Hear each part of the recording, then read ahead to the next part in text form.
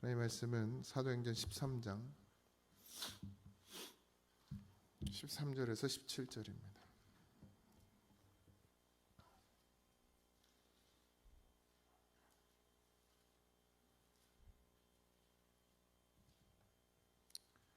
사도행전 13장 13절에서 17절입니다. 합독하겠습니다.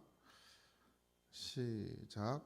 바울과 및 동행하는 사람들이 바보에서 배 타고 밤빌리아에 있는 버가에 이르니 요한은 그들에게서 떠나 예루살렘으로 돌아가고 그들은 버가에서 더 나아가 비시디아 안디옥에 이르러 안식일에 회당에 들어가 앉으니라. 율법과 선지자의 글을 읽은 후에 회당장들이 사람들을 보내어 물어 이르되 형제들아, 만일 백성을 권할 말이 있거든 말하라 하니 바울이 다며 말하되 이스라엘 사람들과 및 하나님을 경외하는 사람들아 들으라. 이스라엘 백성의 하나님이 우리 조상들을 택하시고 애굽 땅에서 나그네 된 그 백성을 높여 큰 권능으로 인도하여 내사. 아멘. 할렐루야. 밤빌리아라는 곳에서 이제 곳으로 다시 이동하게 되는데요. 소아시아에 있는 남부 해안 지역인데 그곳에 버가라는 곳이 있고요. 이 버가는 밤빌리아 지역의 종교적인 수도, 그러니까 어떤 영적인 그런 것들이 강하게 역사하던 그런 곳인데 거기에는 이단 아데미 여신이라는 그런 신전이, 아주 큰 신전이 세워져 있는 그런 우상의 어떤 근본, 그 지역의 우상의 지역인데요. 그곳으로 이제 바울과 동행하는 사람들, 바나바와 또 누가가 있었죠. 근데 여기에 이제 요한이라고 되어 있죠.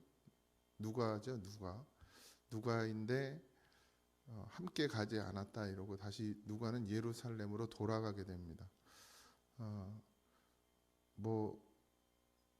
이 요한이 이들과 이제 함께 동행하던 것을 멈추고 다시 예루살렘으로 돌아간 이유가 나중에 이제 자세한 내용은 나오지 않지만 의견의 차이가 있어서 조금 다툼이 있었다라고 그렇게 알려져 있습니다. 그래서 이제 바울과 바나바가 그 일로 인해서, 이제 바나바는 이제 바울이 생각하는 어떤 복음의 길, 그러니까 사명의 길과 누가가 생각했던 것과는 조금 차이가 생겼던 것으로 보여요.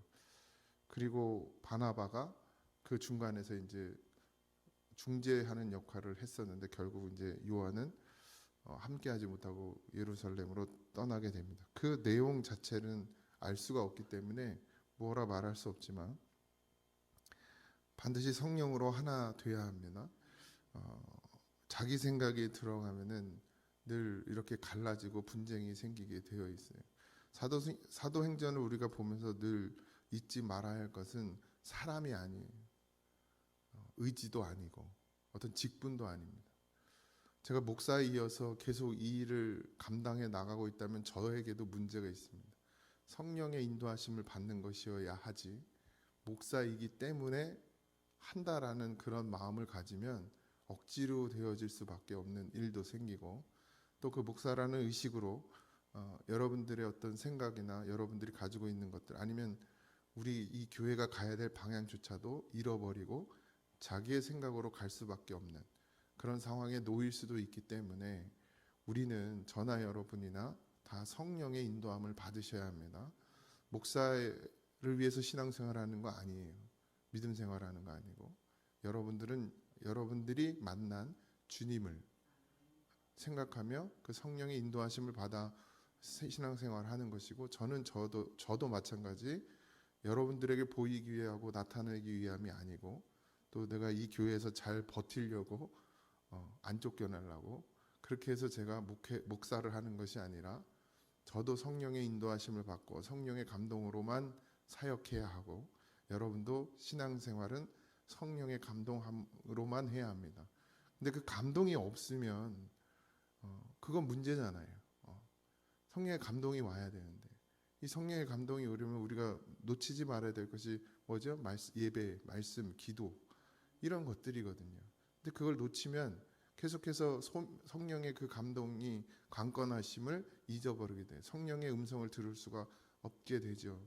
그러니 그것은 목사에게 달려 있는 것도 아니고 여러분에게 달려 있는 것도 아니고 오직 저나 여러분이나 주의 성령을 의지하려고 무던히도 하나님 앞에 엎드려지고 회개하는 심령이 되어져야만 주의 성령이 우리를 인도하신 나를 내려놓는 작업들이 계속 이어져야 합니다. 이스라엘 백성들이 광야에서 그렇게 40년 동안 그 뺑뺑이를 돌면서 하나님이 그들에게 원했던 것은 자기를 버리고 오직 하나님만 의지하라는 거죠. 하나님 없이 살 수 없었어요. 광야에서는 먹을 것도 입을 것도 마실 것도 모든 것이 다 하나님으로부터 공급되지 않으면 그들이 얻을 수 없는 상황에 놓여 있었잖아요. 그러니까 오직 하나님만 바라보게 하시는 거였어요. 광야는 교회라고 했습니다. 광야 생활은 결국 교회 생활을 말하는 거고, 이 교회 생활에서 가장 필요한 것은 뭐죠? 돈도 명예도 어떤 지위도 아니었죠. 오직 하나님이 공급하시는 그 은혜를 받음으로 사는 것이란 말이죠. 그걸 깨달은 자는 목사가 아니에요. 직분이 아니에요. 어떤 교회에서 내가 위치가 아니에요. 그냥 오직 하나님. 그러니까 그것을 잃어버리면 우리는 방향을 잃어버리게 되고, 그러면 그냥 그 다음에 방향을 잃어버리면 꼭 뭘 하냐면 남을 원망하는, 목사를 원망하고 교회를 원망하고 그리고 뭐 장로님을 원망하고 권사님을 원망하고 같은 지체들을 원망하게 돼요. 왜요? 자기가 문제인 것인데, 자기가 하나님을 잊어버리고 목표를 잃어버리고 방향을 잊어버린 것인데 그것을 깨닫지 못하고 자꾸 남 탓을 하게 된단 말이죠. 그러니 꼭 깨어 있으십시오. 이들이 그렇다고 해서 뭐 이들이 계속해서 이제 뭐 원수졌다 이런 의미는 아닙니다. 가는 길이 달랐다고 생각했기 때문에 헤어졌던 것이고, 나중에 또 다 같이 바나바와 누가는 또 함께 또 선교 여행을 떠나기도 하고 그들의 길을 가게 됩니다. 어쨌든 그런 일 가운데 버가라는 곳으로 가게 되고, 그 버가에는 회당이 있었는데요. 제가 저번에도 말씀드렸지만 이 유대인들은 안식일이 되면은 그 회당에 모여서 함께 하나님의 말씀을 읽고 그렇게 기도하는 시간들을 가졌습니다. 쉽게 우리로 말하면 주일의 개념인데 이들은 토요일이었죠. 그리고 이 제사는 그러니까 성전에서 드려지는 제사는 언제 하냐? 그러면 절기 때, 그러니까 예루살렘 성전에 가서 꼭 그렇게 했습니다.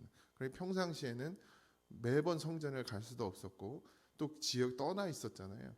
그러니까 그 나라 형편 때문에 피하여서 이곳 저곳으로 흩어진 유대인들이 할 수 있는 것이 이제 회당을 짓고 그곳에서 하나님의 말씀을 같이 읽고 또 어떤 지도자를 통해서 말씀을 또 선지자들이나 뭐 이런 사람들을 통해서 말씀을 듣게 되는 것이었죠.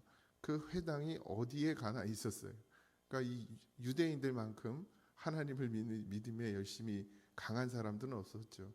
그래서 그들은 어딜 가든 가서 말씀을 들을 수 있는 곳, 그러니까 예배를 드릴 수 있는 곳, 지금으로 말하면 그런 회당을 꼭 지었죠.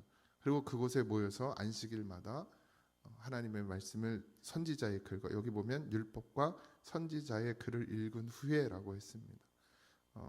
그 당시에는 지금처럼 성경이 없었기 때문에 그들이 회당에서 모여서 구약 성경의 율법서인 신명기, 그 다음에 주로 이제 선지자의 글은 이사야의 글, 그러니까 책이 완전히 있었던 것도 아니고 물론 구약 성경은 거의 다 쓰여져 있었지만 숨겨져 있거나 또 감춰져 있고, 왜냐하면 그것이 손실될까봐 그래서 그들에게 가지고 있을 수 있는 게 많지는 않았습니다. 그래서 그 중에 이제 늘 이제 성경을 읽었죠. 그냥 단순히 읽는 거예요. 그러니까 선지자가 어떤 뭐 감동이 오거나 이런 것이 아닌 이상 그냥 성경을 읽는 것 자체로 그들에게는 그것이 하나님의 말씀이었기 때문에 순전한, 그렇게 생각했죠. 지금에도 어쩌면 우리도 하나님의 말씀이 더 중요한 것인데 어느새 교회가 설교가 더 중요한 것이 되고, 설교가 하나님의 말씀은 아니에요. 잘 분별하셔야 합니다. 설교의 내용이 전부 하나님의 말씀입니까? 아니죠. 특히나 요즘에는 성경을 읽어놓고 무슨 이야기를 하면 세상에서 어떻게 살아갈지, 그것도 하나님을 의지하고 살아간다라기보다는 설교에 있는 좋은 내용을 가지고 그것을 좋은 이야기로, 아니면 어떤 뭐 격언이나 아니면 사람들이 말하는 그런 세상의 지혜, 그런 것으로 다시 바꾸어서 어떻게 뭐 직장에서 어떻게 믿음을 지키는 얘기를 하는 것이 아니라 뭐 조금 다르게 해석되어지는 그런 일들이 많지만, 그 당시에는 그냥 성경 읽는 자체로 그들이 은혜를 받기도 하고, 성경 읽는 것으로만으로도 회개의 역사가 일어나고 그랬던 것을 봅니다. 그래서 우리가 뭐 지금 필사라는 것도 하고 있지만 여러분도 스스로 느낄 거예요. 그냥 성경을 쓰는 것, 뭐 읽는 것도 마찬가지고 쓰는 것만으로도 은혜가 되고 그것에 감동이 있잖아요. 아마 어쩌면 설교, 하나님의 말씀을 전함에 있어서 설교는 점점점 사라져야 하고, 오직 순전한 하나님의 말씀을 전하려고 목회자는 무던히도 애를 쓰고 힘을 써야 하는 것이죠. 근데 그게 사실 이제 현대에서는 어려운 부분들이기도 하고, 이 성경이라는 것이 보는 것에 따라서, 방향에 따라서, 보는 방향에 따라서 이렇게도 보여줄 수 있고 저렇게도 보여줄 수 있습니다. 그래서 이제 그런 것들이 문제가 되고 나누어지고, 지금 우리나라에 교단이 엄청 많죠. 그 교단이 그렇게 많아진 이유도 성경을 어떻게 이쪽에서 보면 장로교가 되고, 이쪽에서 보면 성결교가 되고, 밑에서 보면 뭐 순복음이 되고, 이렇게 돼 버리는 거죠. 이렇게 갈라져 버리는. 근데 하나님은 한 분이신데, 그래서 잊지 말아야 될 것은 오직 우리가 의지하고 가야 될 부분은 성령이라는 거예요. 그런데 또 조심해야 될 부분도 그거죠. 이 성령을 의지해서 간다고 하는 사람들이 또 뭘 무시하냐면 이 공동체를 무시하고 교회를 무시하고 질서를 무시해 버리는 경우들이 있는데, 하나님은 그런 하나님이 아니세요. 질서의 하나님이고 이 공동체 안에서 역사하시는 하나님이고 함께 가게 하시는 하나님이라는 걸 잊지 말고, 성령 받았다고 하면서 우리 교회는 없지만 그렇게 또 교회에서 문제를 일으키는 사람들이 많아요. 그건 성령의 역사가 아니죠. 잘못된 역사입니다. 어쨌든 그렇게 회당에 가서 율법서를 읽는 것을 보게 되고, 그들이 율법서를 읽고 바울이 오는 것을 보고서 바울에게 뭐 이야기할 것이 있으면 한번 해봐라. 바울과 바나바를 보고서 그렇게 이야기합니다. 그 유대인들이죠. 어쨌든 뭐 그리스도인이든 유대인이든 같은 형제였기 때문에 타지에 있었고, 그리고 또 그들의 소식을 들었고요. 이미 그들이 어떤 역사를 하고 있는지도 알았기 때문에 그들이 하나님의 말씀을 어떻게 해석하는지를 보고 싶었을 수도 있고, 뭐 여러 가지 이유가 있겠지만, 그래서 결국 이제 사울이 그들 앞에 서서 이스라엘 백성의 그 역사를 가지고 항상, 왜냐하면 왜 구약을 자꾸 거론해서 이스라엘 백성들, 베드로도 그랬고요. 설교 가운데 선포하는 가운데, 말씀을 선포하는 가운데 꼭 구약을 들어서 이야기하는 것은, 이 지금 이들에게는 신약의, 우리가 읽는 이 신약은 없단 말이죠. 그리고 그들은 구약의 하나님, 그러니까 자기들을 애굽 땅에서 건져서 광야에서 살게 하고 가나안까지 들어가게 한 그 하나님에 대한 그 강한 긍지와 자부심이 있었단 말이에요. 근데 그 역사가, 그 구약의 역사가 왜 있었는지를 그들에게 이제 설명해 주기 위해서 항상 그들이 가지고 있는 그 절대적인 생각들, 그것이 이제 구약의 역사죠. 그 역사를 통해서 하나님이 누구를 말씀해 주고 있는지를 이제 연결해서 설명하고자 늘 구약을, 베드로도 그랬고 사도들은 유대인들을 전할 때는, 유대인들에게 복음을 전할 때는 꼭 구약을 들어서 그들에게 복음을 전해요. 이방인 사람들과는 좀 다르죠. 이방인 사람들은 구약의 역사를 알지도 못하고 뭐 전혀 겪어보지도 못했고 그런 상황 가운데 있기 때문에 그들에게 복음을 전할 때와 또 유대인들에게 복음을 전할 때는 좀 방법적인 부분이 달랐습니다. 어쨌든 그렇게 오늘 17절에 보면 이 이스라엘 백성의 하나님이 우리를 조상으로 택하시고 애굽 땅에서 나그네 된 그 백성을 높여 큰 권능으로 인도하여 내사, 이렇게 시작하고 있습니다. 이스라엘 백성들에게 있어서 하나님은 절대적이고, 그리고 하나님, 그들의 믿음은 정말 믿음은 좀 닮아야 될 필요가 있을 만큼 하나님 외에 뭐 다른 것이 필요 없는 사람들이었죠. 그것이 이제 좀 교만하여졌고 그리고 오만하여졌고 잘못된 시각으로 이제 바라봤기 때문에 예수님을 발견하지는 못했으나 어쨌든 그들을 믿음의 조상을 삼아서 하나님께서 그들의 역사를 통해서 믿음의 어떤 길을 전개해 나가고 계십니다. 애굽 땅에서 나그네 된 그 백성을 높여서 큰 권능으로 인도하여 내셨다. 하나님의 역사죠. 하나님이 하시고자 하는 일에 있어서 하나님 반드시 자신의 뜻을 펼치시고 뭐 우리가 상상할 수 없는 일들을 행하셨습니다. 구약에서만 이것이 있느냐? 그런 역사들이 있느냐? 아니요. 여러분들 눈을 잘 뜨시면 영적인 세계 가운데서는 지금도 여전히 하나님은 역사하고 계시고 우리를 죽이고 살리는 그런 세상 가운데서 우리를 영원한 생명으로 건져내시는, 아까 여기 있는 거죠. 인도해 내셨다 그랬죠. 오직 하나님 말씀의 권능으로 우리를 지금도 그런 죽음의 역사에서 애굽 땅과 같은 곳에서 우리를 건져내어 주십니다. 여러분들 무슨 어떤 눈에 보이는 그런 이적과 기사가 전부가 아닙니다. 물론 그것도 하나님이 하시는 일이지만 중요한 것은 우리의 영적인 이 삶 가운데서 여전히 애굽 땅에 머물러서 나그네 되고 그곳에서 신음하며 탄식하는 백성들이 여전히 있고 우리도 어느새 하나님을 잊어버리면 그렇게 하나님 없이 세상의 노예가 되고 세상의 노예는 결국 악한 영의 노예가 되는 것입니다. 그렇게 노예가 돼서 여전히 다시 애굽 땅에서의 삶을 살아가는 그런 우리의 모습을 발견할 때도 있습니다. 그러니 사람 의지하지 마시고 오직 하나님과 나와의 관계입니다. 교회는 물론 교제하고 나눠야 하지만 누구를 만나러 오는 것도 아니고 목사 얼굴 보러 오는 것도 아니고 때로는 제가 없어져야 된다라는 생각이 들 때도 있는 것이 목사를 자꾸 의지하죠.